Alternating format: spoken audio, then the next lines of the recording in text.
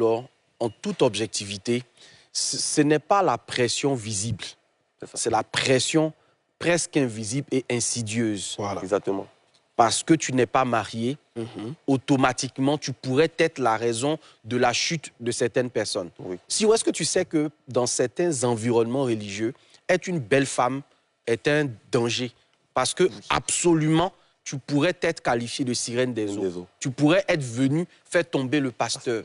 Au motif qu'elle n'est pas mariée, qu'elle est belle, qu'elle prend soin d'elle, qu'elle est pleine d'assurance.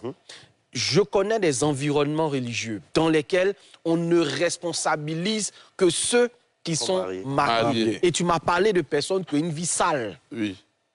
Et qui font parfois office même de ceux qui vont donner la sainte scène, etc.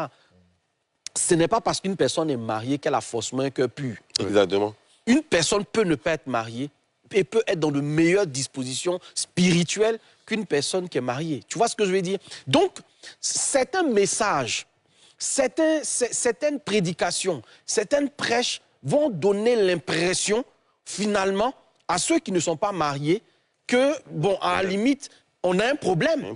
Et on sortira de ce problème-là que si et seulement si on est marié. On fait une préparation au mariage.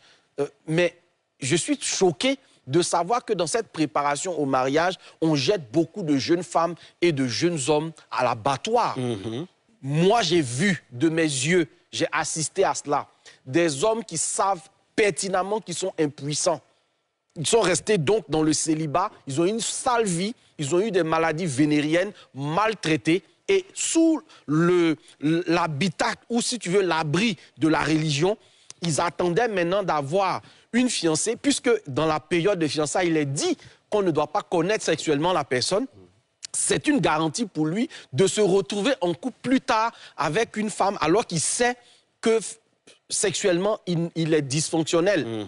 Siro, ça aussi, il faut qu'on le dise à nos hommes religieux, que quand il y a des célibataires dans une église et que vous devez les encourager au mariage, proposez aussi des tests prénuptiaux dans lesquels vous mettez à l'abri aussi vos filles et vos filles spirituelles, parce qu'il y a des femmes qui ont fait de multiples avortements volontaires, qui savent qu'elles n'ont plus de trompe, qui savent qu'elles ne peuvent plus enfanter, mais qui vont venir dans nos communautés religieuses chercher un mariage qui est un abri, et dès qu'elles ont ce mariage-là, vont prétester que le monsieur, c'est des attaques, on va prier, on va jeûner, alors qu'au fond de ton cœur, tu sais que dans ta période de célibat des 35 ans-là, tu as chargé des coups extrêmement dangereux qui te poursuivent aujourd'hui. Vous voyez, c'est tout cet environnement-là qui met la pression. Parce qu'au final, le jeune homme de 35 ans qui ne veut pas se marier là, Siro, mais c'est parce que souvent il a vu tout ça.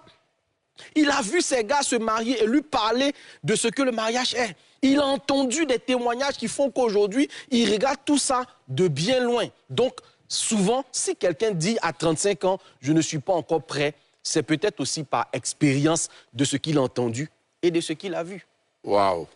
Les gars, je voulais vous remercier parce que le temps tire. C'est déjà fini? Ouais, c'est déjà fini. Bon, mais cette émission est tellement intéressante. Mais,